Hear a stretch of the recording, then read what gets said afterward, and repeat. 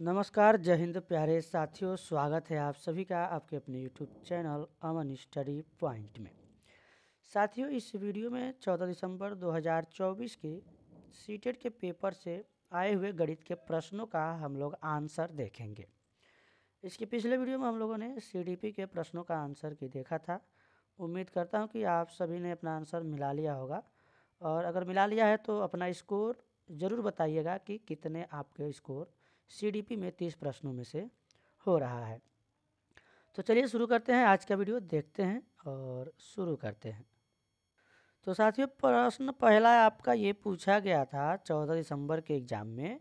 संख्या 3,52,876 में 5 और 7 के स्थानीय मानों का अंतर बताना था। तो 5 का स्थानीय मान हो जाएगा 50,000 और 7 का हो जाएगा 70। जब इसको हम लोग माइनस करेंगे तो यहाँ पर 0 10 में से 7 जाएगा 3, यानी लास्ट में 30 एक ही संख्या में है, बाकी को हटाने की ज़रूरत नहीं है। ऑप्शन फर्स्ट इसका सही जवाब हो जाएगा। अगला प्रश्न ये है कि विद्यार्थियों को भाग की समस्याएं हल करने में कठिनाई होती है, ऐसा क्यों होता है? तो इस प्रश्न का सही जवाब हो जाएगा आपका पहला कि भाग की समस्याएं हल करने के लिए यह आवश्यक है कि विद्यार्थी जमा घटा और गुणा करना अच्छी तरह से जान ले। अब ये पसंद नहीं करते, उपयोगिता नहीं है, विधियाँ नहीं होती, निगेटिव है, यह आंसर नहीं होगा। तो फर्स्ट उस प्रश्न का आंसर होगा, कह रहा है कि 4 अंकों की वह न्यूनतम संख्या है जो 6, 7 और 4 के गुणज है, निम्न है, यानी कौन सी संख्या है। तो सबसे पहले सबसे आसान तरीका यही रहेगा, आप सबसे पहले 4 और 6 को छोड़ दीजिए, 7 से देखिए कौन सी संख्या विभाजित हो रही है। तो यहाँ पर पहला भी नहीं होगा, दूसरा भी नहीं होगा, तीसरा भी नहीं होगा। इसको डिवाइड करके देखिए, 7 एकम 7, 3 7 चौको 28, 2 7 चौको 28। यही एक संख्या है जो डिवाइड हो रही है, और ये 6 और 4 से भी डिवाइड होगी। तो 4 वाला ऑप्शन इसका सही जवाब होगा। आप लोग डिवाइड करके देख लीजिएगा। अगला प्रश्न है कि भिन्नों की अवधारणा के संदर्भ में निम्नलिखित में से कौन सा सत्य नहीं है, ये पूछा गया है।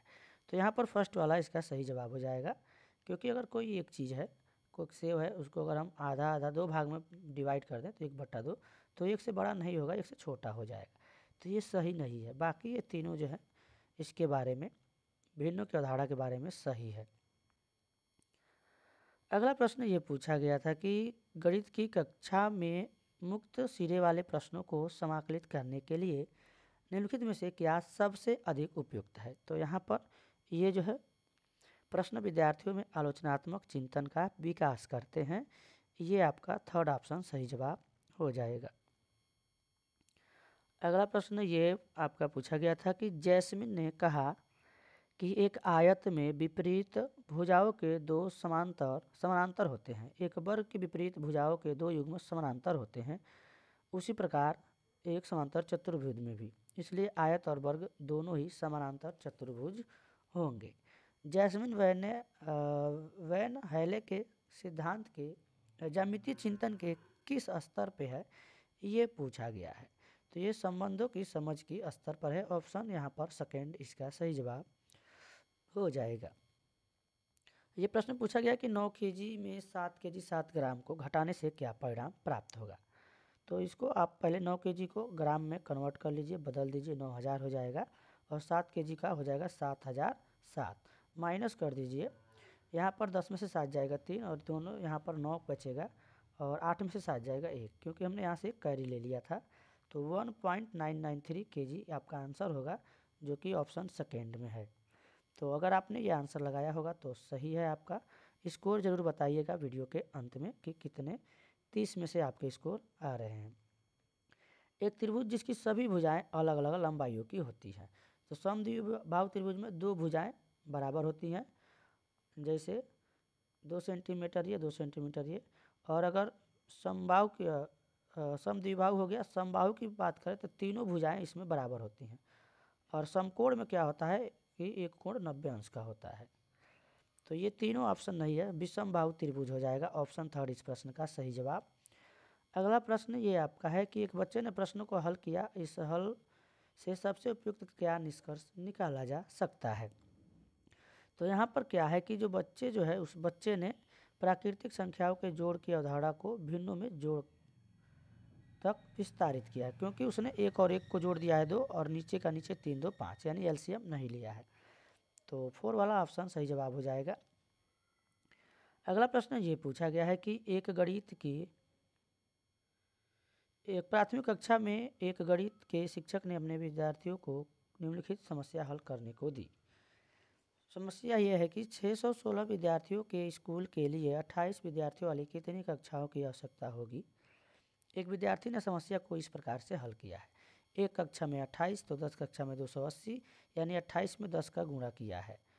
और यहाँ पर फिर 10 कक्षा में 280, तो उस दोनों को जोड़ा है, तो जोड़ का भी प्रयोग किया है, वितरण भी किया है यानी बांटा भी है, तो 560।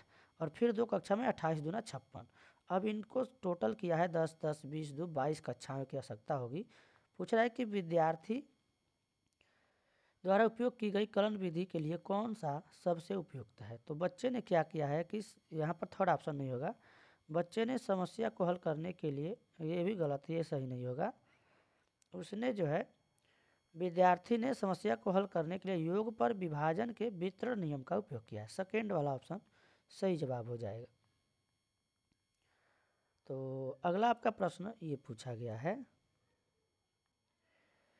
आंकड़ों का प्रबंधन के संबंध में निम्नलिखित में से कौन सा सही है। तो यहाँ पर आपका सही जवाब हो जाएगा फर्स्ट के साथ आंसर। आपने फर्स्ट लगाया होगा तो आपका आंसर सही है। अगला है, गणित की कक्षाओं में निम्नलिखित में से कौन सा रचनात्मक आकलन के बारे में सबसे कम उपयुक्त पूछा गया है। इस चीज़ को ध्यान में रखना है। तो कम श्रेणीबद्ध करना निगेटिव है ऑप्शन, सहायता करना, पहचान करना धनात्मक, ये सभी पॉजिटिव है। 4 वाला ऑप्शन सही जवाब होगा।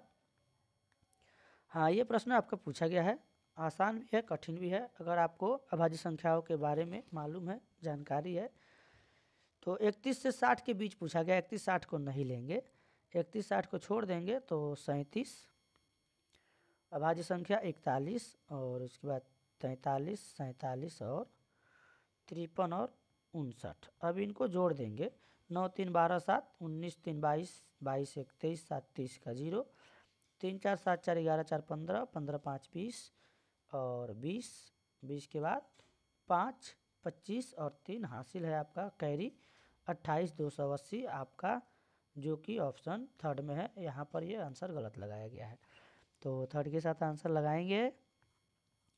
देखेंगे अगले प्रश्न को। अगला प्रश्न है, तीसरी कक्षा के एक विद्यार्थी से जब 105 को अंक में रूप में लिखने के लिए कहा जाता है तो वह इसे 1005 लिख देता है।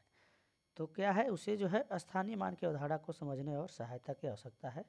थर्ड ऑप्शन इसका सही जवाब है। इसमें पूछा गया है कि किस अक्षर में 2 सममित रेखाएं हैं, तो ऑप्शन फर्स्ट यहाँ पर आपका सही जवाब है। और अगला प्रश्न आपका ये पूछा गया है, सबसे उपयुक्त संज्ञानात्मक कौशल क्या है जो विद्यार्थियों को विशेषताओं और गुणों के अनुसार आकृतियों को पहचान करने और उनका समूह बनाने में मदद करता है। तो ये हो जाएगा आपका वर्गीकरण, ऑप्शन फर्स्ट। अगला प्रश्न साथियों आपका ये पूछा गया है कि अंकों 5 9 0 2 8 और 6 से बिना पुनरावृत्ति यानी बिना दोहराए 6 अंकों की बनाई जा सकने वाली बड़ी और सबसे छोटी संख्या का योग बताना है।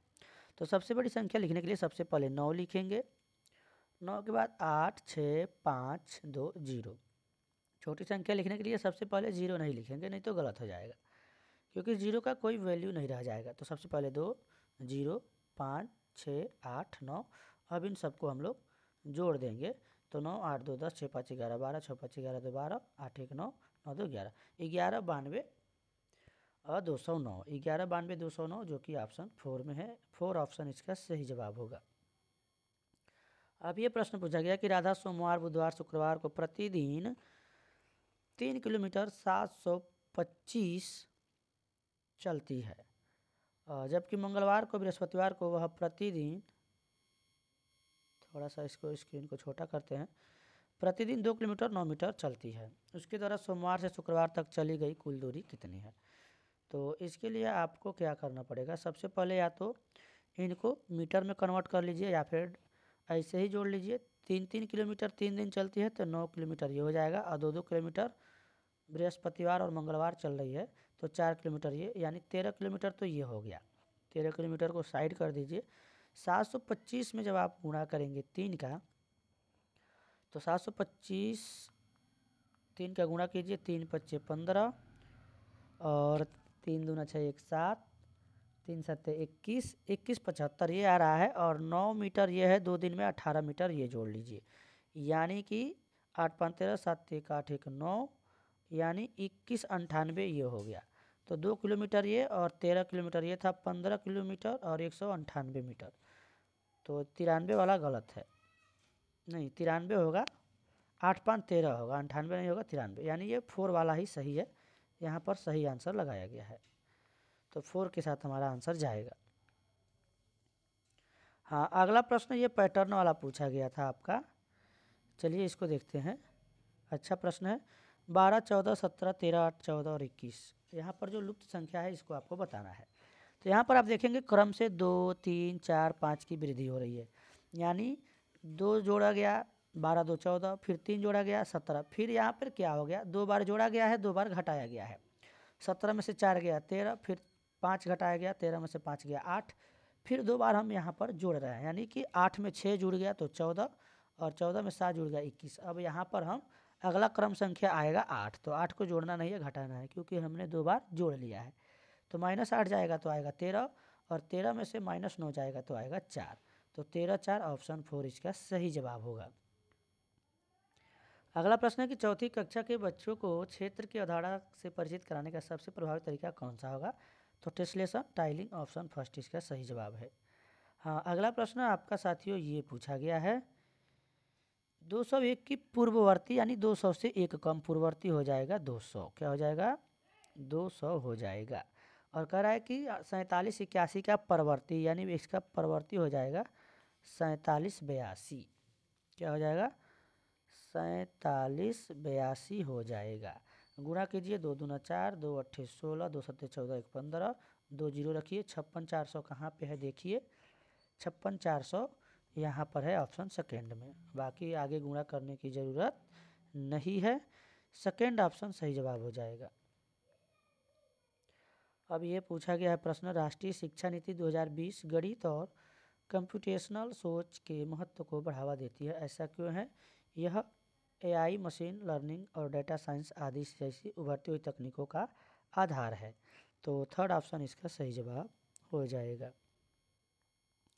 हाँ, ये प्रश्न दिया गया है कि कक्षा में 150 बच्चों के उनके पसंदीदा एक फल के बारे में पूछा गया, और 5 पसंदीदा फलों के परिणामों को निम्न तालिका में लिखा गया है।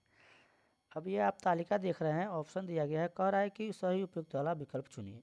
150 बच्चों में आप देखेंगे 28 और 28 सबको पहले जोड़ लीजिए, यानी ये बच्चे जो हैं अलग अलग फलों को पसंद करते हैं।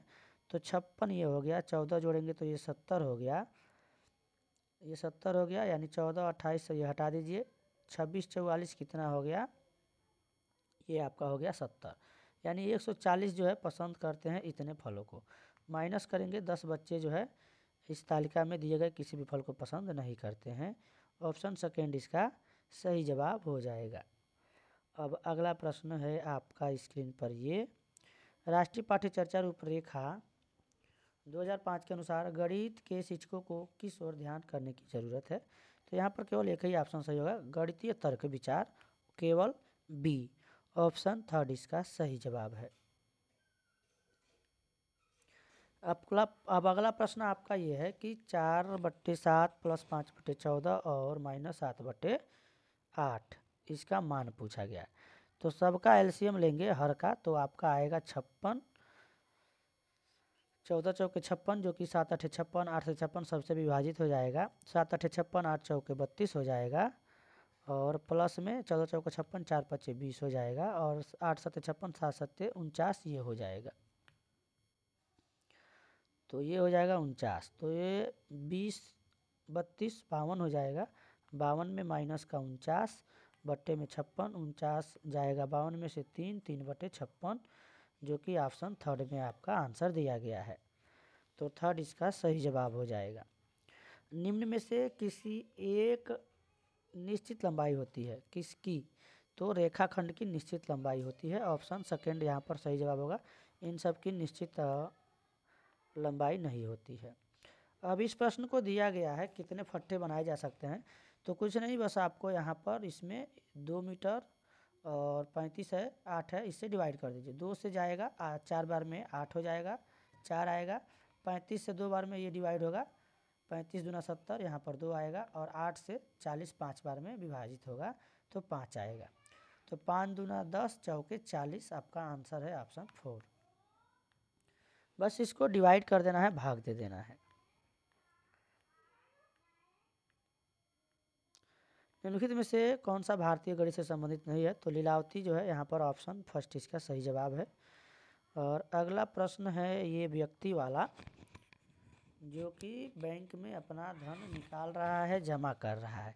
तो सबसे पहले आप मान लीजिए कि पहले उसके अकाउंट में कितने पैसे थे, x। पहले उसने कितना निकाल दिया, 4560। तो 4560 माइनस कीजिए, कितना जमा किया, 2567। तो 2567 जमा कर दीजिए।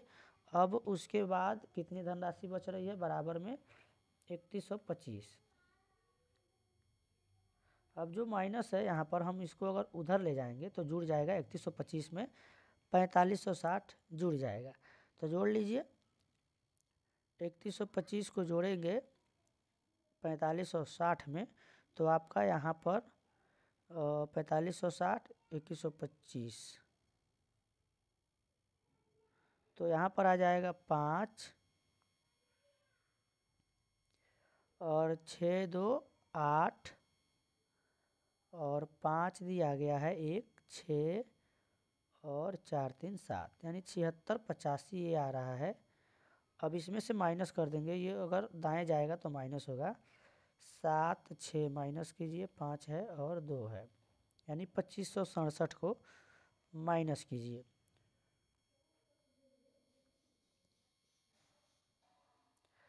तो 15 में से 7 जाएगा तो 8 आएगा और 7 में से 6 जाएगा 1 आएगा।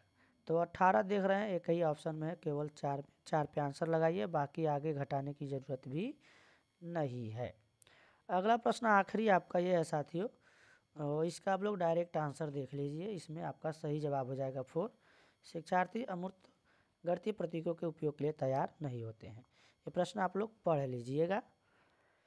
तो साथियों आज हम लोगों ने गणित के पूरे 30 प्रश्नों को देख लिया है। आपका स्कोर कितना हो रहा है आप लोग कमेंट में ज़रूर बताइएगा। अगले वीडियो में हम लोग पर्यावरण के आंसर की को देखेंगे। तो वीडियो पसंद आया हो तो एक बार वीडियो को लाइक और शेयर कर दीजिएगा, और चैनल पर पहली बार हैं तो चैनल को सब्सक्राइब करके बेल नोटिफिकेशन आइकन को भी प्रेस कर लीजिएगा, ताकि कोई भी नोटिफिकेशन आप सभी तक पहुंच सके। तो मिलेंगे नेक्स्ट वीडियो में, तब तक के लिए धन्यवाद। जय हिंद।